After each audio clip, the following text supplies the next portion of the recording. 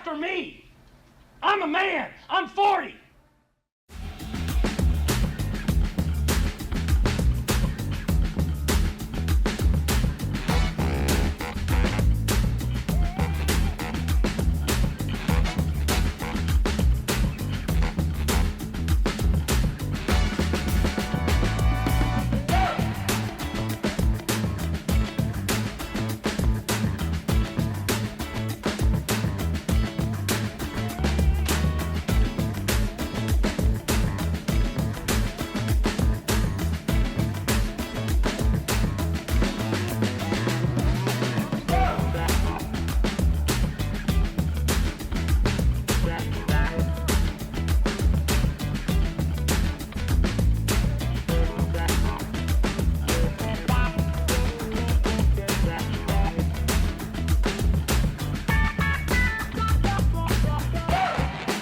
Hey, what's up, everybody?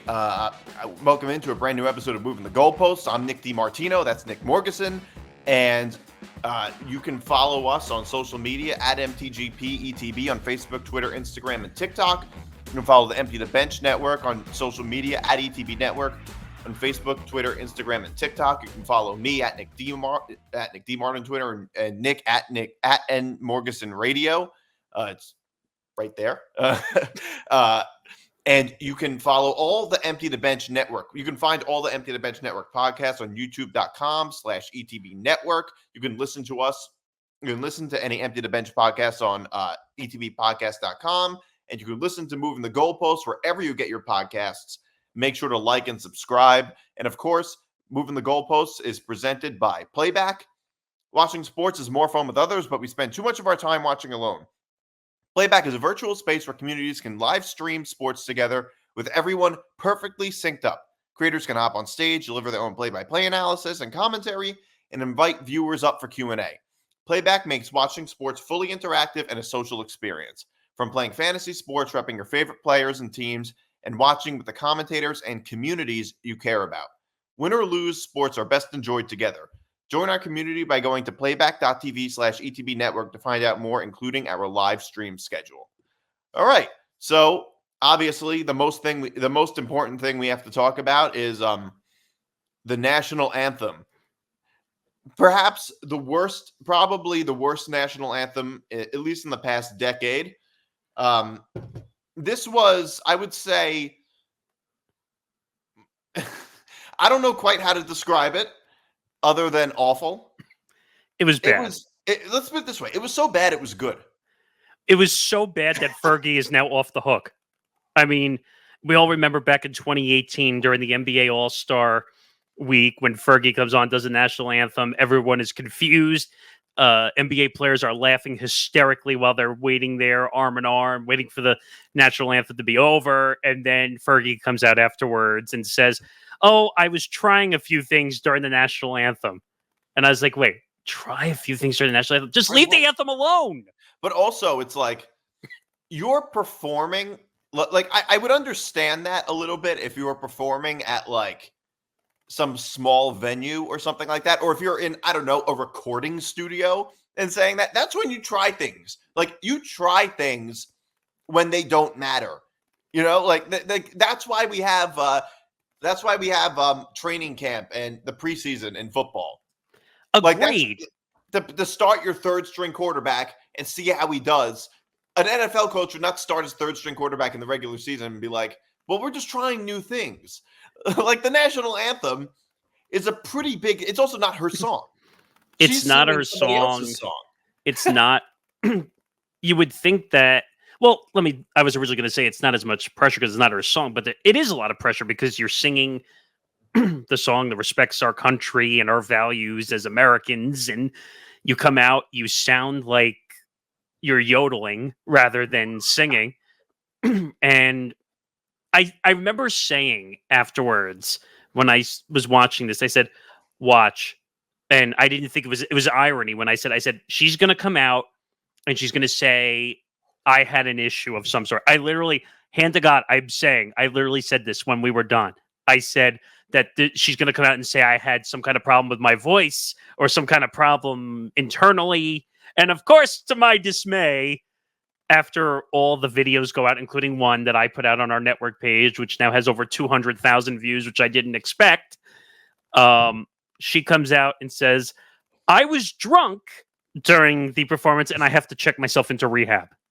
I think all of us have to check into rehab too. Yeah. after that performance. She was so bad she had to check herself into rehab afterwards. I mean, to me, I think there are some notable differences between this one and the Fergie one. I think the Fergie one was funnier in a lot of ways because the cameras panned to all the NBA players and you saw their faces. They were laughing. And it got progressively worse and worse. Like the look of shock on their face and like, am I hearing this right? And it like in the beginning, it was like, okay. And then as it got on and on and on, like they just panned to the players and I'm like, oh my God. Right. But they showed cracking up. Right. But they showed the MLB players. Now, I think they handled it a little more professionally than some of the NBA players did in 2018. That's true. Because they kind of just were like, all right, except for Bohm, the Phillies player who was standing in the outfield. You saw him kind of like half smiled, chuckled during it. It was on one of the videos. And I'm just like, all right, this is bad. And now everyone's going to know Ingrid Andres' name forever. Well, and that's another big difference is that Fergie is very well known. Black Eyed Peas. Yeah. She's known for the Black Eyed Peas, and she's very well known. What's this girl's name? Ingrid something? Ingrid Andres. She's a country singer. And I'll give you another fact, which everyone laughs at. She was Grammy nominated 4 times. Well, that's interesting because, I mean, maybe it's because I'm not a country fan, but I've never heard of her.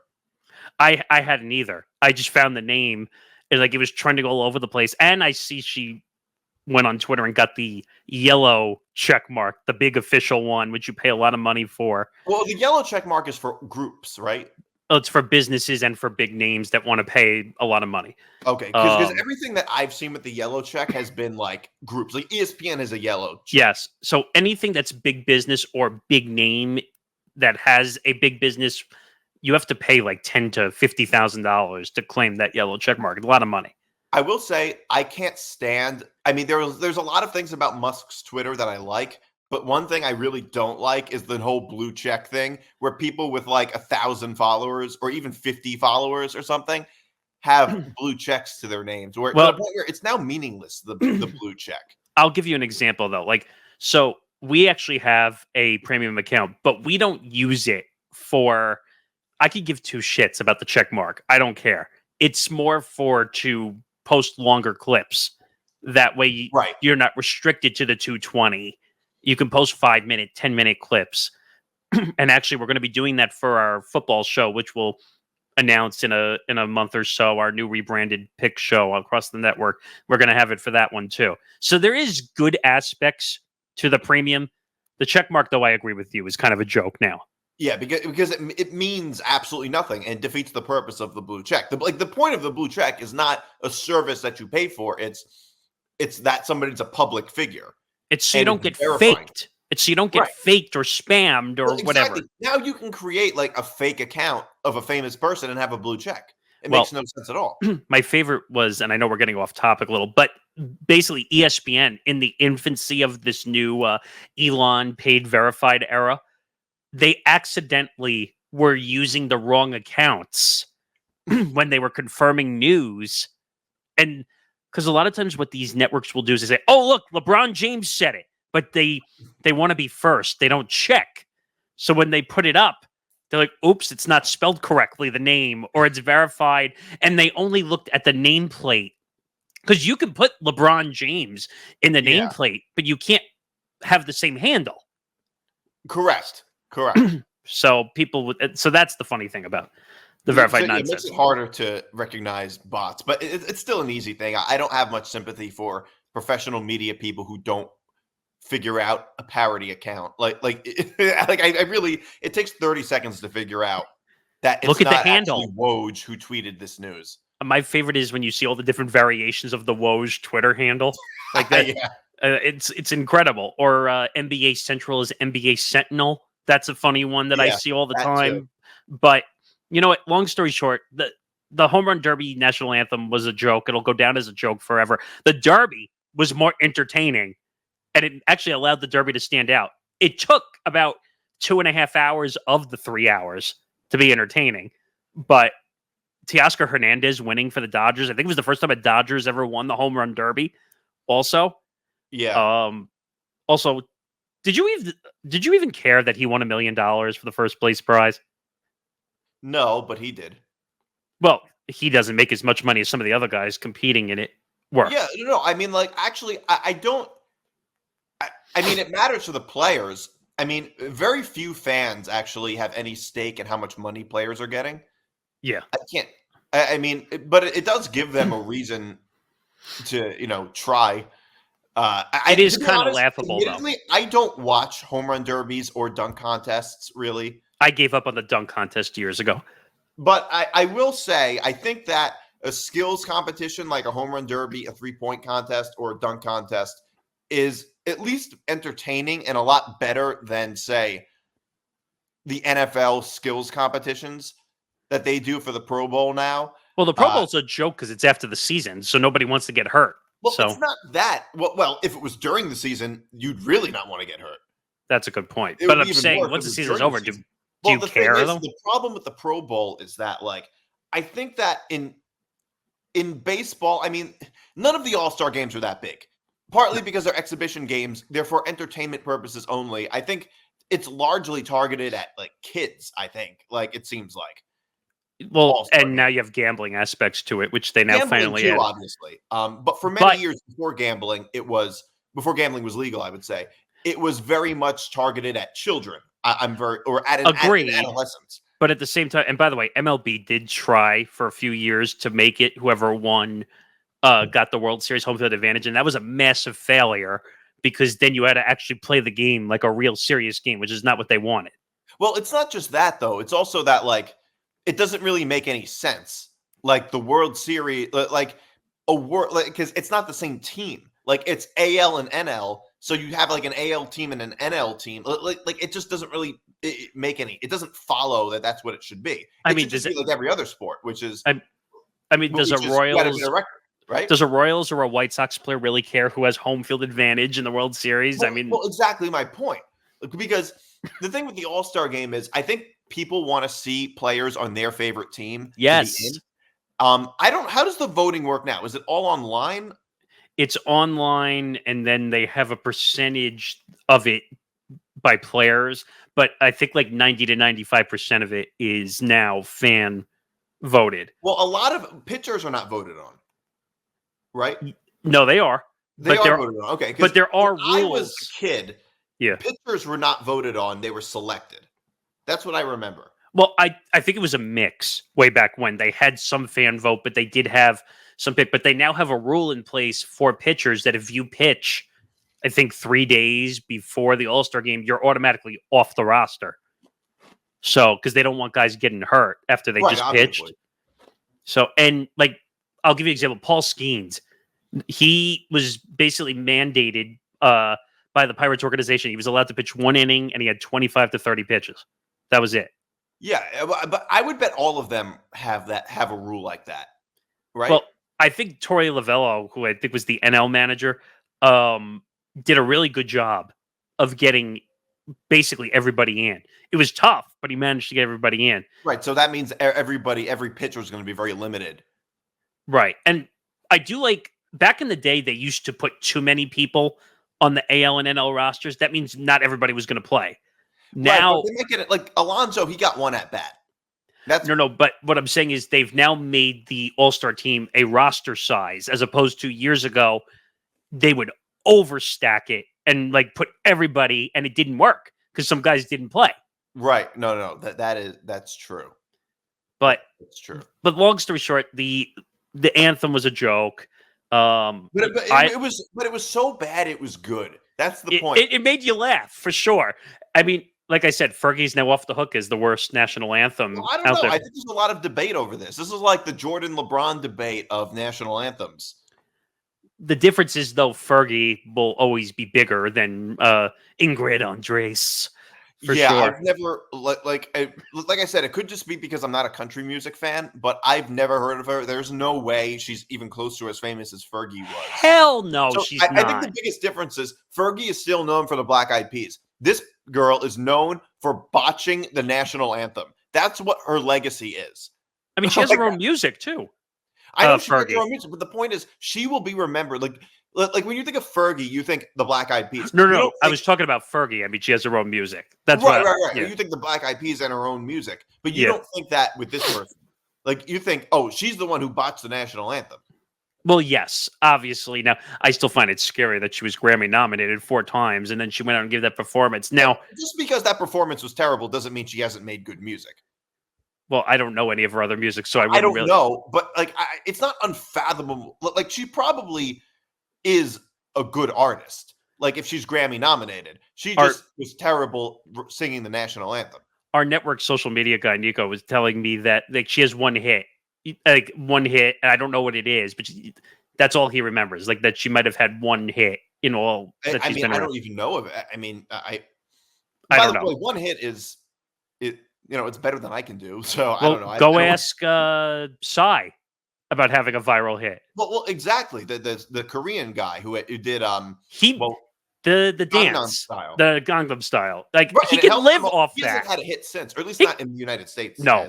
Oh no, he hasn't had a hit at all. I mean, but he could live. It was the most watched video all time on YouTube. Yeah, and he'll still always be remembered. I guarantee you that probably stinks being remembered as the guy doing Gangnam Style forever. But well, I don't think it's so bad. I mean, it was something that he wrote. That it was his music. Who even knows if he wrote it? Well, he might not have written it, but it's still his face attached to it. It's a good point.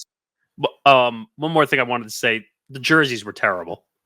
Yeah, I mean, how much of it did you watch? I watched the whole game.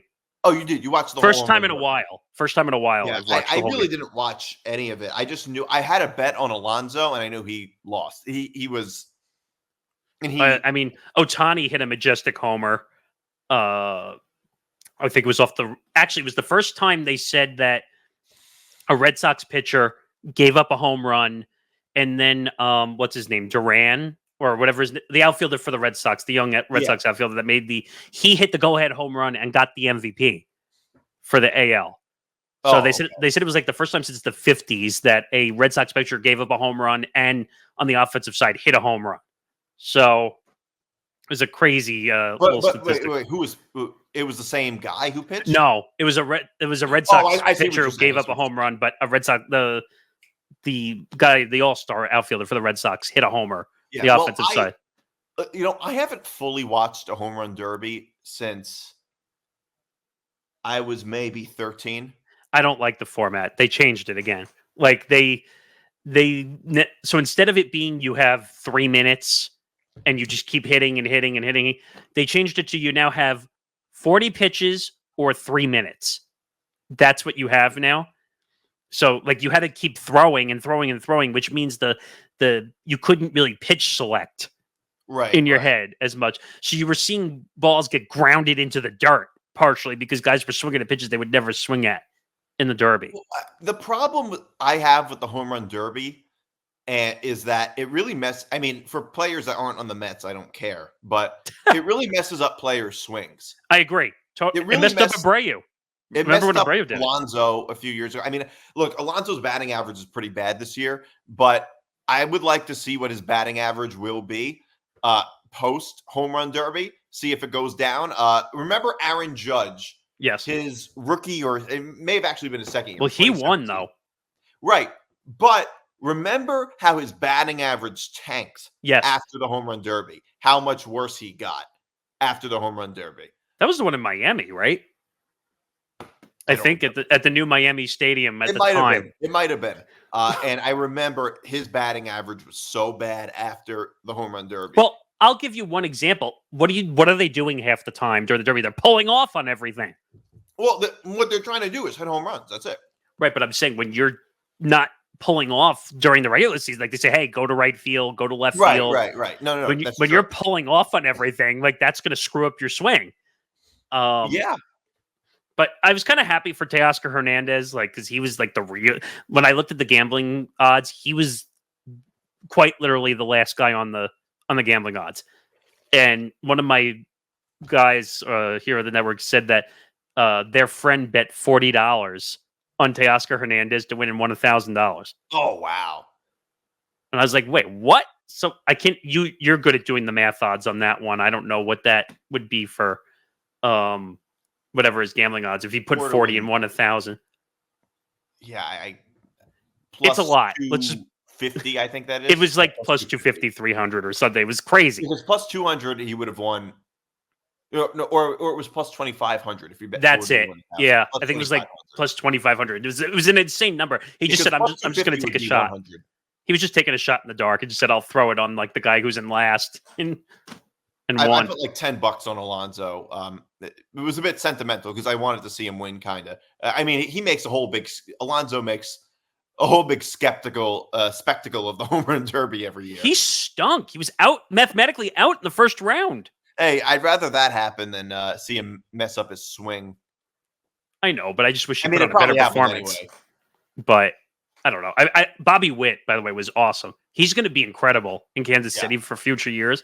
But we'll see. Well, like we were talking about with the national anthem with this woman Ingrid Edrace. Is that how you say it? Andrace, yeah. Andrace. Okay, so she said like she was drunk and checked herself into rehab. And like I said, I believe that's probably true. She probably was drunk based on the way she sounded. I mean, like I do genuinely believe she likely was drunk.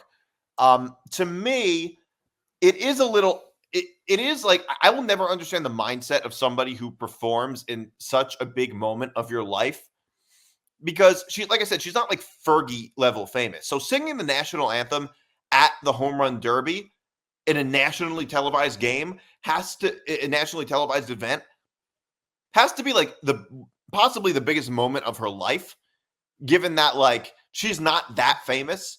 And by the way, you have to remember, this is not just a national game period. Like all the eyeballs are on the All-Star game. So if you're watching a ball game, that's the only MLB game that's on. Right. So everyone is watching. Right. So she's like inebriated before one of the biggest performances of her life. I can't imagine the mindset of somebody who does that, especially when the national anthem only lasts like what a minute and a half, 2 minutes. It's only a couple of minutes, right?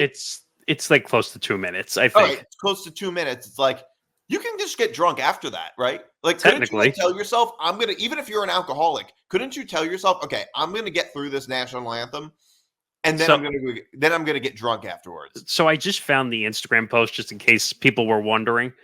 So it says, "I'm not gonna bullshit y'all. I was drunk last night. I'm checking myself into a facility today to get the help I need. That was not me last night. I apologize to Major League Baseball, all the fans, and this country I love so much for that rendition. I'll let y'all know how rehab is. I hear it's super fun. XO Ingrid." Wow. I mean, she really just didn't. You think the people in rehab are going to recognize her? No. Hell no. I mean, if they saw the viral clips, that's what I'm saying. They're going to be like, oh, you're the national anthem lady. You know, this reminds me of, I mean, it's not directly the same. So when I say this, don't take this with a grain of salt, everyone who's listening. It reminds me a little bit of Haktua, a little bit. Like where you accidentally do something so stupid that it becomes viral. Kind of, except this person is really famous exclusively for a bad reason. I mean, it's funny. So there were some people in the comments that were saying you might want to consider damage control after you're done drinking.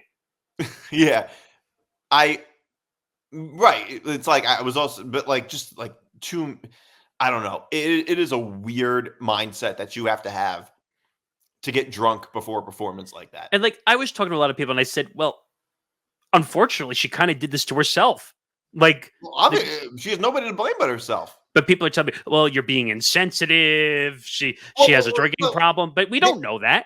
No. I think she probably does have a drinking problem. She probably is an alcoholic. Alcoholism is not uncommon. No. But people were coming back at me and saying, like, you're being insensitive because she has a drinking problem. I said, but we didn't know this until she said it. Right. But also, it's like, I will say this, though. She probably has a team around. Does she have nobody around her? I have no idea. I don't know. I mean, I don't know how it works exactly, but she probably has like a team or something that is watching her. I mean, if you're 4-time Grammy nominated, I'm assuming you did something right. But right. Well, exactly. I don't know. It was an odd time. It led to some amusement, as you said, for sure. Not the drinking problem. Let me be very clear about that. Obviously, No. But we're never going to get on somebody for a drinking problem. Like, we all have our own health issues or mental health issues or stuff we deal with. So let me be very clear about that obviously we hope she gets her issues figured out. But the timing of that right after the national anthem was not exactly very good. Well, I think that I think that may have been the thing that made her say, okay, I have a problem. That may have been the thing that, like, it's kind of like if you're an alcoholic and you crash your car into a tree, that might be the moment that you go to rehab because you can't deny it anymore at that point. You better hope you're there to go to the rehab if that happens. No, that's my point, though. It's like if you're an alcoholic, you crash your car into a tree because you were drunk, that might be the moment where you say, okay, I have to go to rehab. This might be it for her. Yeah, but unfortunately, this was a pretty big moment to have that realization. Well, to be fair, I think I'd rather botch the national anthem than crash my car into a tree because I was drunk. Well, okay, because you might not, unfortunately, you might not be there to tell the tale afterwards. Right, but also it's like I don't know how to explain that to somebody. Like bring a car into the shop because I crashed into a tree when I was drunk. So this is a lot less serious than that. It's fair. It's a good point. So anyway, I do want to talk a little bit about this Jalen Brunson. He took a $113 million pay cut. I love this move. This is one of the first times I've seen a Knicks star actually care about winning. He's still going to be getting paid an insane amount of money, about $39 million a year. So it's not like $113 million will change his life that much. Can we not act like he took a poor man's contract, which a lot of people are saying? I'll give him credit, though. He's not taking a poor man's contract, but he is taking a poor man's not a poor man's contract, but a significant pay cut compared to what he can get. And I think that's what people are talking about. People are saying, look, how many athletes value winning over money? Very few of them actually. Not many. Not many. I mean, Tom Brady did, obviously. He took pay cuts. LeBron and D Wade have taken pay cuts and things like that. So a lot of winners have taken pay cuts, but the majority don't do that. And how many current NBA players would take a pay cut? Now, obviously, he can afford to take a pay cut, but that's not the point. I was just going to say, yeah. But so can everybody else. Of course, anyone can take a pay cut. I mean, any professional athlete can take a pay cut. The point is that very few of them are actually willing to do it because they chase the quote unquote bag. And to me, my view is, I don't think that regardless of whether or not you have a lot of money in life, the only thing you value is not the amount of money you make. Like, you value a lot of things besides the amount of money you make. And I think that a lot of he just obviously values winning, and he doesn't just value winning. He seems to value playing with his former teammates at Villanova. Like, he wants to be a Nova Knick. That's what it seems like to me with Brunson. I feel like that's getting blown out of proportion a little bit. The whole Nova Knick thing. I get it. I know it's important, but is that going to bring a ring to New York? That's what I want to know. It's not that it's going to bring a ring. It's just that it's a really cool story. That's no, and I'm not disagreeing with you, but to be honest, like, I get it. Obviously, because people are going to say, "Oh well, if you look back at Melo took all the money and didn't leave anything behind." Which is true. So for Jalen to leave $113 million on the table, which is kind of crazy, because if I'm not mistaken, he could have had like $270 if he signed, if he waited one more year. Yeah, so, if he waited a year, which is kind of an insane number considering first of all, and this is going to be a little bit of a hot take, but I wouldn't have given him the 270 if he waited one more year. Well, it depends on how next year goes. Well, I'd be worried about the injuries that happened at the end of the playoffs. Right. But you know what? It looks good in theory, but they now need to take that money and go get somebody to play with him. And Julius Randle needs to come back and be healthy. That too. And no amount of money can change that, really. No. And by the way, I don't like Julius Randle that much. I think he's a little overrated. We were very good without him. Yeah, and his attitude stinks. Yeah, he's had a very questionable attitude. And most importantly, He's been terrible in the playoffs often. Right, and that's part of the issue. And he had that issue with the Lakers, then he had it with the Knicks. I mean, that's why I was surprised when they gave him the deal originally, extension-wise. I was like, what are you doing? But, like, I really just love – I think people like this move because, I mean, first of all, athletes have taken pay cuts. This is a big pay cut he's taking.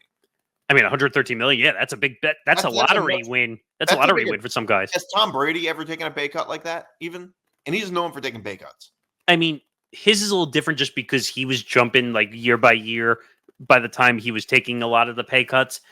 And by the way, he was making so much endorsement money off the field that it didn't really matter. Same thing for LeBron. People said, oh, well, he went to the big three went to Miami. They took a pay cut. LeBron was making a shitload off the court. Dwayne Wade had all of his endorsements off the court. So let's not act like they were poor during those years. No, but the point is that no matter how much money you have, you are still like people still always chase more money.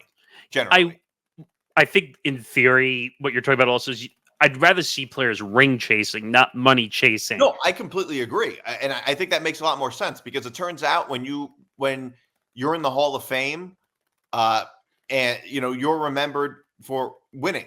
Like your rings will probably matter more to you in your future than the amount of money you make. Unless you go completely broke, then you're like, I wish I chased the bag. Unless you're Allen Iverson and you Unless you go, well, he didn't win either. So or Antoine Walker, who went completely broke after making like $180 million. That's more about the problem there is not that they didn't make enough money as much as that like they're just so financially irresponsible. You would think with their teams built around them, they would say, hey, maybe you should save like more than 70, 80% of that. The thing is, I think that athletes don't go broke as often as they used to. Well, because they're much smarter teams around these guys. Better teams around them, and they also make more money. They make more money, but they're also told to go broke when you make more money. Well, but now you're seeing athletes like invest in other sports teams like soccer, or they're investing in, this is going to sound odd, but video gaming. Yeah. Or they're just investing in general. Hey, I'm going to go put an investment in Amazon and all this other stuff. Like that way my money is making me money, even though, and a lot of these average everyday people say, well, why do they do it? Because then they don't go broke at the end of their carear. Right. It's the smart, and it's setting them. I mean, some of them just get paid enough money to the point where they're set for life. I mean, Brunson, if he's moderately smart with money, is set for life. I think he is. He seems like one that would be. And also, a lot of these guys go into the media. As long as you had a halfway decent career, you're going to end up in the media anyway. So if you want to. And by the way, they make a lot of money too, even if they stink. I mean, go ask Jason Witten when he went to take the ESPN job and stunk it up big time. Yeah. I think he made like 12, 13 million for that 1 year he did it. Yeah. Well, some of them just aren't very good at being commentators. Some of them turn out to be very good. Some of them turn out to, some of them, like Shannon Sharp. Boy, Shannon Sharp. Speaking of Shannon Sharp, Skip Bayless is leaving Fox Sports. FS1. I don't know the full details of this. Is his contract running out? They said that he's leaving sometime this summer. That was the reported language or verbiage that they used. I think his contract might be up. He was making like $8 million a year, and he left before Stephen A. made the full descend up at the time. I don't know if you remember that 100%, but what you're saying when he left ESPN? When Skip left ESPN, Stephen A. was not full descent up yet. I would say he was pretty famous at the time. He was, but he was still making in the millions. You're talking about money wise. Yeah, so he leaves. FS1 overpays him because they wanted to steal part of the market share from First Take and ESPN. Which they absolutely did. When Shannon Sharp was on. When Shannon Sharp went and co-hosted, it started to pick up, but it was never First Take. They never beat First Take. But you know what? First Take had they had their problems too. Well, also, FS1 is cable as opposed to, or are they both cable? Am I making that up? But FS1 is small potatoes compared to ESPN. Well, I think that's true. I mean, also, I think part of the reason, the truth is, Skip Bayless has a pretty lucrative television career. He's had an amazing before Stephen A. Yeah, before Stephen A. I mean, he brought on Stephen A. Smith. Without Skip Bayless, there is no Stephen A. Smith. Agreed. He was on it when it was originally called Cold Pizza. Right. It was called. I don't even understand why they called it that. Because it was supposed to be like early morning. You go a lot of times when you get up. Oh, let me just warm up the pizza and sit in front of the TV. I think that was really the premise of it. I guess eating pizza in the morning. I don't know. It was a bad name, but eventually when they changed it to First Take, even though it kind of unfortunately started the hot take culture society that we live in. It kind of did with sports media, I would say. And I would say Stephen A. and Skip Bayless are the creators, really, of debate shows. In the sports world. Really, it was Skip Bayless who created the debate shows and the debate format because he brought on Stephen A. Smith. What a lot of people don't know is Stephen A. was actually fired from ESPN at one point. I know that. Why was he fired? Because he got in trouble for a few things, and also his ratings were surprisingly not good originally. I guess, which is crazy if you think about it, because the idea of Stephen A. Smith not having good ratings is unfathomable to me. It's kind of like when Larry David talked about early in his stand-up career how he wasn't funny. The idea of Larry David not being funny just feels like it's unfathomable.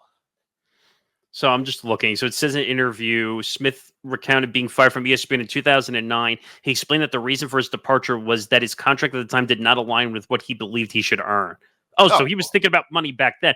But I just remember there was a lot of issues that he left. He actually ended up at Fox, which most people don't remember either. How long was he at Fox? I don't think it was very long, to be honest. But then he made his way back, believe it or not, on local ESPN New York radio. Yeah. That's how he got in, then started building up. And then Skip asked him to be on Cold Pizza, First Take, whatever you want to call it now. And that's how he got built up. Right. So people forget that he was fired before all of this went down. Yeah. No, that's exactly what happened. So Skip Bayless, Skip is old. He's in his 70s now. He's 72, I think. I can look that up. Yeah, he's 72 or 73, which is not young. He's 72. Okay, so he's 72. He's in his early 70s. He's probably never going to retire. He's going to keep going. He's one of those where they say about play-by-play men in the booth, like they're basically going to do it till they unfortunately pass away. Like John Sterling was almost going to be that one day until he just got too sick and couldn't do the Yankee games anymore. I don't know. It's a lot. It's also just, I think it also is a big toll to do baseball games because you're constantly on the road. Well, it's half and half. It's 81 and 81. Right, exactly. For 8 months of the year, 6 months, whatever it is. That's just, it's difficult to do. Skip, I think the most important, the most interesting thing about this is going to be okay, where is he going to go? And what is he going to do? I think the issue is going to be that he unfortunately has not adjusted to digital culture. Really? Yeah, it seems like it. Now, FS1 and Fox had him doing the Skip Bayless Show podcast. And I don't know if you remember, when he was ascending up at Fox, they were going to do a judge show with Skip Bayless. I don't know if you remember hearing about that. They were going to do it one of the judges shows. They were going to have him debate, do court cases, but in debate form for sports. It was some ridiculous thing. No, I think that would be a good idea, actually. It probably wasn't a bad idea, but I just never came to fruition. So but he would dress as a judge and have yes. Yeah. I would like to see that. But I just don't see him adjusting. Could you see him going to, I don't know, a Spotify under Bill Simmons's brand and doing a podcast? I don't. I do. I see it. I could see it. I'm not saying he would adjust perfectly, but just because he doesn't adjust very well to it doesn't mean he can't do it. Francesa has a podcast on Bet Rivers. He hasn't really fully adjusted to the whole podcast thing, but that doesn't mean he can't do it. But he did try to do it on his own originally, so he was never against it.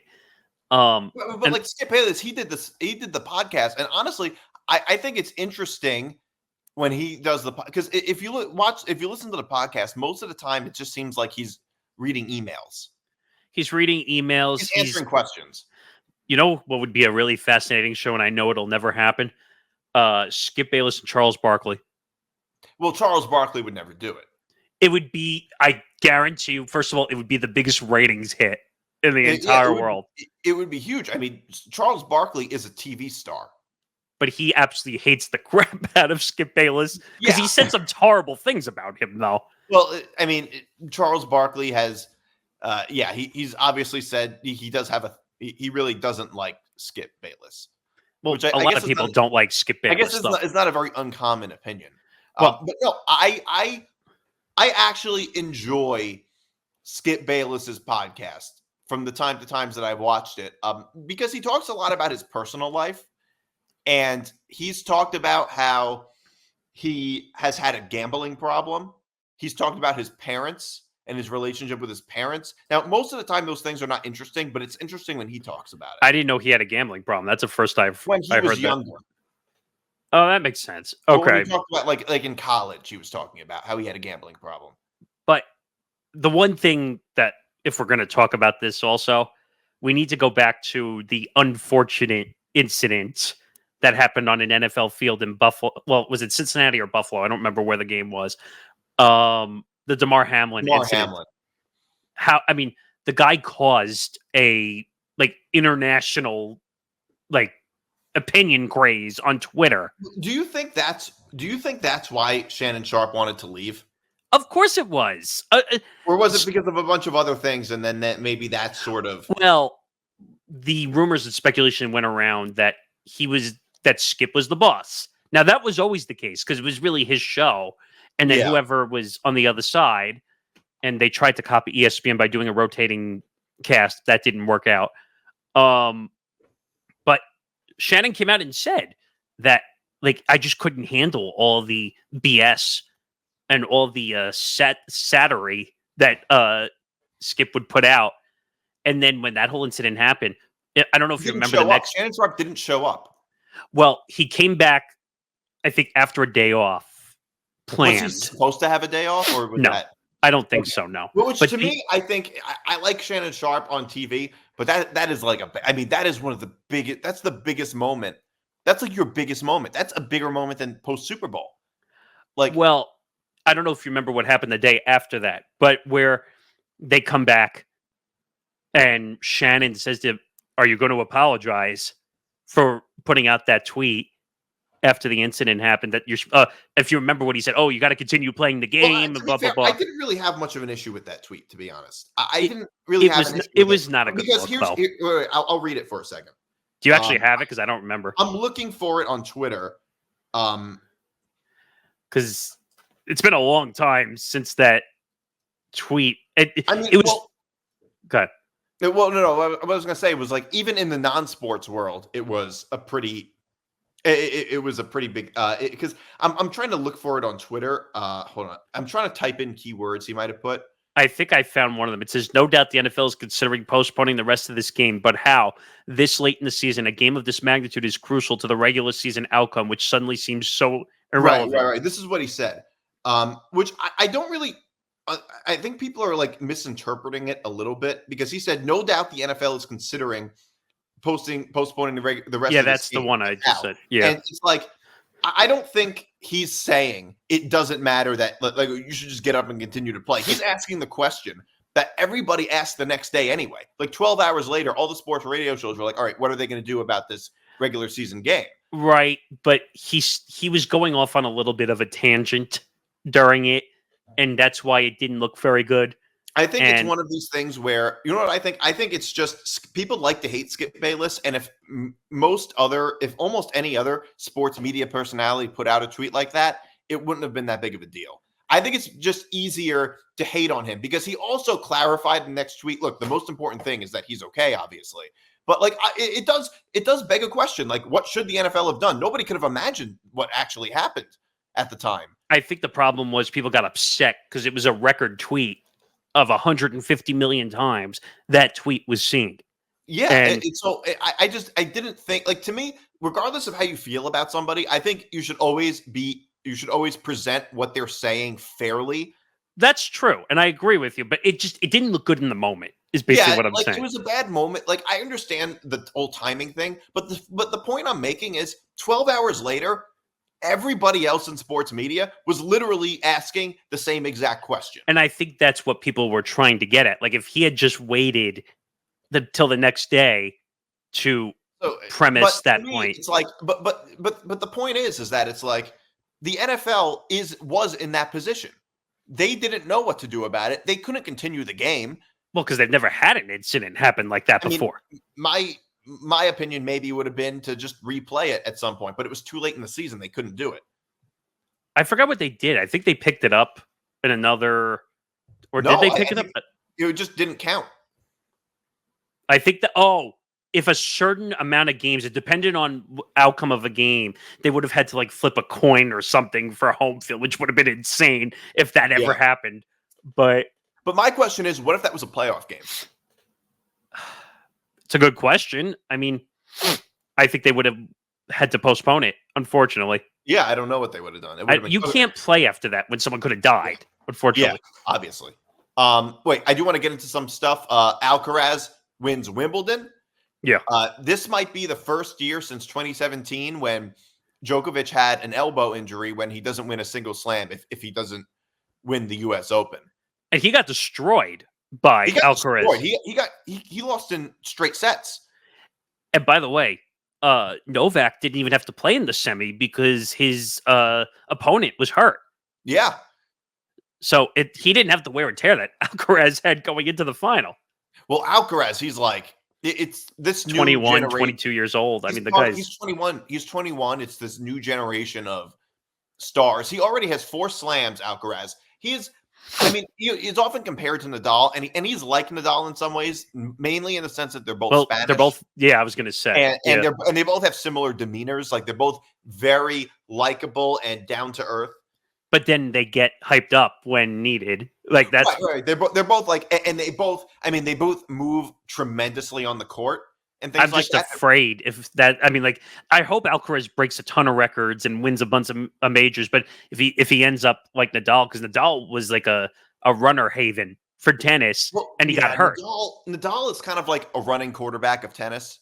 Yes. Always injured. That's kind of what he was. And a lot of it was because of his playing style. And, people talk about how old Nadal is. But you know what? It feels like Nadal is a lot older than he really is, because it turns out that Nadal is only a year older than Djokovic, but it feels like he's at least 5 years older than Djokovic. So Nadal is 38. I would have thought he was younger. Actually, I didn't think he was 38. Well, Djokovic, he's 37. And Novak, well, I don't know if you know this, but Novak got hurt before Wimbledon. Yeah, he had a torn meniscus. And somehow in a month managed to prepare and play in Wimbledon, which is incredible. Does anybody really think he was fully healthy? No, of course not. No, but I'm saying just to be able to prepare and get to Wimbledon and make the final. Yeah, but, he's struggling with some of these young players. I mean, he also lost to Sinner in the Australian Open before he got hurt. And that's his best slam. Right. I mean, so like you were just saying, Nadal, obviously the French Open, Federer, it's Wimbledon. I'm trying to think who else. Djokovic was Australia. Yeah, actually. His best is the Australia. In fact, he won more Australian Opens than Federer won Wimbledon. Right, and I think Nadal trumps them all with the French Open. He's more dominant on any particular surface than anybody's ever been. If I'm not mistaken, he's got like 10 or 11 French Open titles. He has 14 French Open titles. Oh, was it 14? Okay, 14. I missed short. Out of 22, so 14 of his 22 slams. That's insane. That's an insane. And I think he won like 5 or 6 in a row at one point. Yeah, we've never seen a player more dominant on a surface quite like Nadal was. I mean, I would say the 3 best men's players ever we've seen in the same span of like 20 years. They've all played against each other, whether it's like Federer, Nadal, and Djokovic. Yeah. Djokovic is the greatest ever, like so far, unless somebody he has 24 slams. Yeah. So he's one off the all-time of Margaret Thatcher. I think it was 25. I mean, he's certainly the best hardcourt player we've ever seen, but he's very good on every surface. I don't know. I would debate that partially with Federer. Be better right now? Who would be better? Oh, you're talking about right now? On hardcourt. The best player ever on hardcourts. I would debate Federer. I think Federer is a really good hardcourt player. I mean, Djokovic has won more in hard courts. No, I get that, but I would say Federer was more dominant, like being number one for much longer. He was rank-wise. He was dominant until Nadal came along.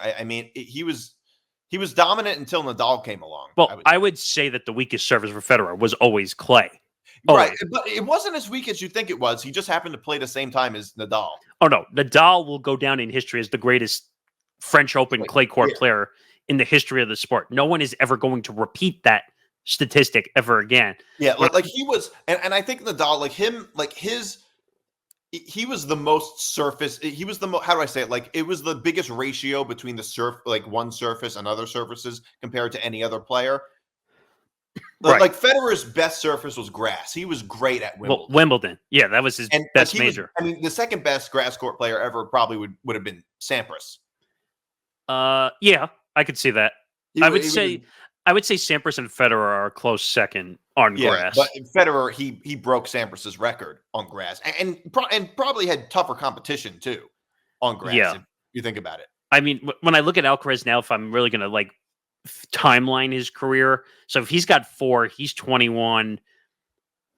He's going to play for another close to 20 years at least if he stays in shape. 15 years maybe, depending on how depending on injury and things like that. Like he moves a lot like Nadal. So let's give him 15 to 17 years. Yeah, 15 years maybe. So if he's got 4, if he can win 2 a year, that's 30. That would be insane if he could win. Yeah, I mean, we don't know that. Look, we don't know how it's going to I'm just playing the law of averages because there's 4 a year. Yeah. So if say you won 1 to 2 a year, he would still break the record. Yeah, I mean, in a sense, he is similar. I think in a sense he's similar to Nadal, except Nadal is his skill set, like I said, is very more specific. Like when it comes to the surface and the fact that his forehand and things like he's very well known for hitting an amazing forehand, whereas Alcaraz is more balanced his game. Like he has a big serve, he has big ground strokes, and he can kind of play on any surface. Also mileage. He's great at running the court. So was Nadal. When Nadal was in his prime, I've never seen anybody get to balls like Nadal could. Well, I would also say Nadal's forehand with the top spin, the heavy top spin forehand, which nobody could hit. Like it was insane how much that ball would bounce off the surface and spin away from you. Like that was the most dominant forehand in the history of the game. So I don't know. Could Alcaraz break it? Yeah, I think he could. I think he also has less competition than when other guys were around. So far. We might look at some of the competition he's playing with. I mean, I think in sports in general, competition generally goes up. Usually, but I'm saying tennis was so dominant. Yeah, in that era, that was such a dominant era for tennis that you're right. I think that because Djokovic, Federer, and Nadal played in the same era, I think that they've made each other less dominant.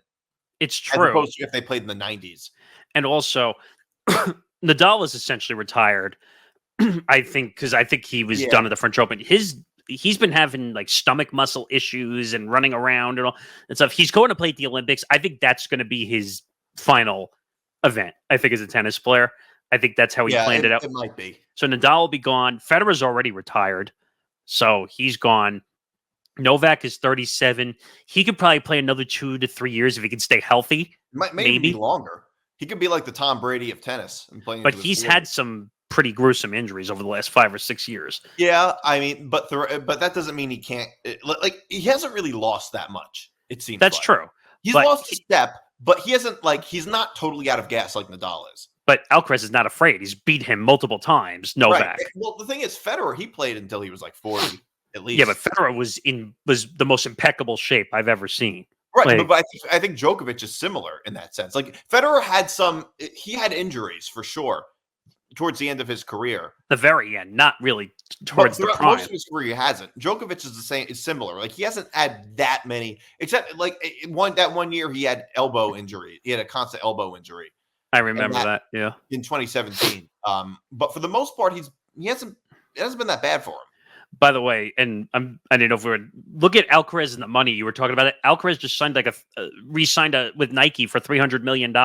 Yeah, I mean and they're giving him his own signature thing. That's a big thing now. Everyone's getting a signature shoe or line with Nike. But he's worth that value. He's really Absolutely. like entertainment wise, game wise. 21, he's won 4 majors. I don't remember the last time someone 21 has won 4 majors. Beats me. I mean, So, he already has more slams than Murray. Well, and again, Murray was a really good player. He just was in the era of Novak and Federer and Nadal. He was also constantly injured. Good point. He had a lot of injuries. His claim to fame, obviously, being that he won the Wimbledon as the first British guy in 70 years, finally to win the title. But that's pretty much it.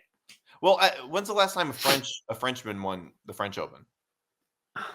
I don't even remember that. Very often? Not really. No. I mean, I can look it up. If you think about it, their own countrymen don't win their slam. I mean, it had to have been a long time because Nadal 83. 83. Okay, that's a long time. Yeah. So it's been a long time. But you know what? Alcaraz is going to be a really good player to watch down the for his career for sure. Yeah, well, there's also a bunch like Medvedev and Sinner and I like Sinner. Medvedev. Everybody hates Medvedev.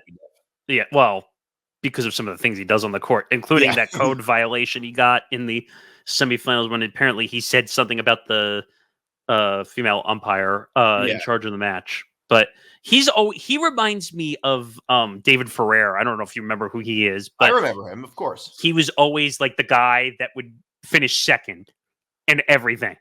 Well, no, Ferrer never won though. But I'm saying he always finished second. Always. Yeah, and that's Medvedev. Yeah, he hasn't been around in a long time, David Ferrer. Yeah. So like it's the same type of career. So I do want to talk about this. Yeah. Will Davante Adams go to the Jets? So we have the audio. It's been talked about a lot. So here's part 1. Reuniting with Aaron. Is that something you would be open to, amenable to if this had happened this offseason? If the Jets offered a package big enough to satisfy the Raiders' need and you be reunited with Aaron, would that have been something you'd have been open to? Well, I'll answer it like this. If I'm going to be reunited with anybody, it would be Aaron. Okay. But or be, relocated and be anywhere, it would be with Aaron. But that's not really my... there's a lot of that stuff going on last year in the media and them asking, well, what are you going to do about this? Are you thinking about going here? And they talk about whatever without me even being involved in it. And it ended up getting all the way to the point where it got in the locker room and people was thinking that it was, I was the driving force. And I'm like, y'all just don't understand, man. Like, all right, so that's part 1. Now, to be fair to him, we also have to play part 2. Actively on the Raiders. Right. What do I look like sitting here talking to other people about being on another team? Right. And that's how I still feel about it right now. Like, I'm locked in with the Raiders, and I really feel good about this team. As far as I know, they feel good about me. And if that ever changed, if that got to a point where they weren't feeling the same way, I ain't done playing. So obviously we would figure out whatever we needed to figure out. But in the thought of playing with Aaron is obviously amazing. Like I already know what that's like, which was similar to why I came here and reunited with Derek was because I had familiarity with it. All right, so that's the full context of what he said.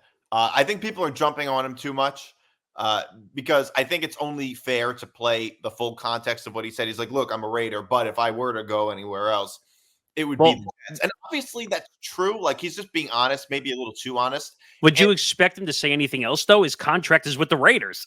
Right. No, well, exactly my point, though. Like his contract is with the Raiders, and he just said, well, if I were to go anywhere, it would be with like if I were to be traded and go somewhere else, it would be with Aaron Rodgers. And it's like, well, yeah, that's obviously kind of true. Like, here's the thing. The thing with Davante Adams is throughout his career, he has been with he's had a lot of familiarity with his quarterbacks, whether you talk like he played with Aaron Rodgers. I mean, right. So he played with Aaron Rodgers for many years. He played and then went to the Raiders and played with Derek Carr, who was his quarterback in college. So it was only last year when he played with a quarterback that he wasn't really familiar with. And also, like, so I think that him and Aaron Rodgers are probably friends. And I think that there is a natural human instinct to gravitate towards familiarity. Yes, agreed. And I think, unfortunately, I think people are blowing this way out of proportion because the most common thing to do now for an athlete is to go on a podcast and make news because that's how they stay relevant, even when they're a big name in the sport. To make news, I don't think.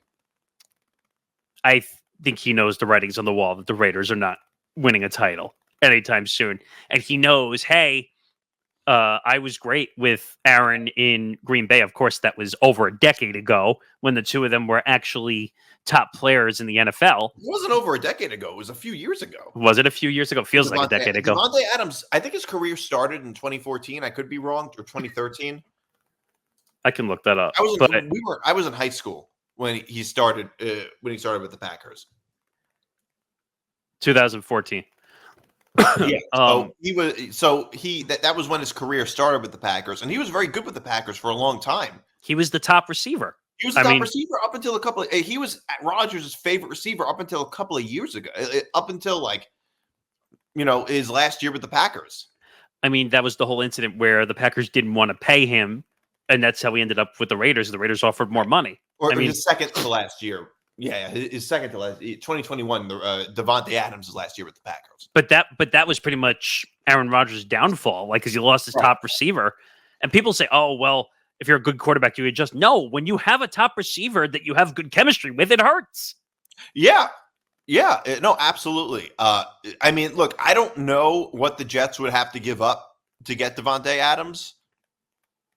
I don't know. I wouldn't give up a lot. Information that that the Jets are going to get Davante Adams. I have no reason to believe that. It's all because of Aaron Rodgers. That's the only reason why this whole rumored speculation is a thing. Now, would it be good?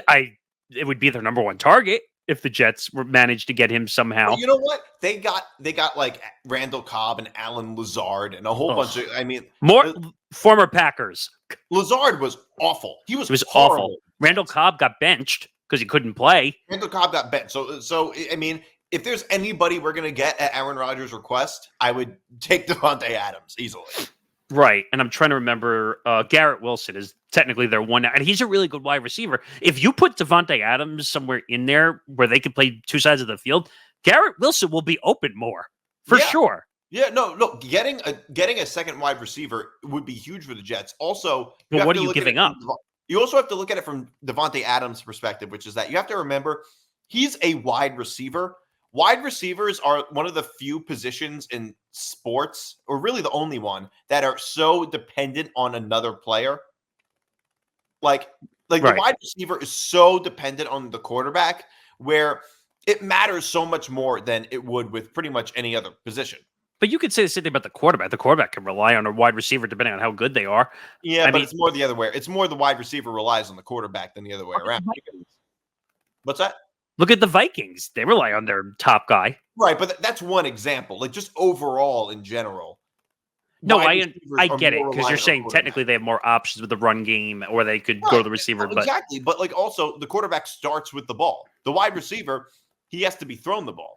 Well, I will give it to you in the sense of that Davante Adams was yelling and screaming last season because he was not receiving the ball enough. Right. So I agree with you on that front, for sure. But at the same time, Davante Adams was having trouble getting open downfield. That too. It could have been a bit of both.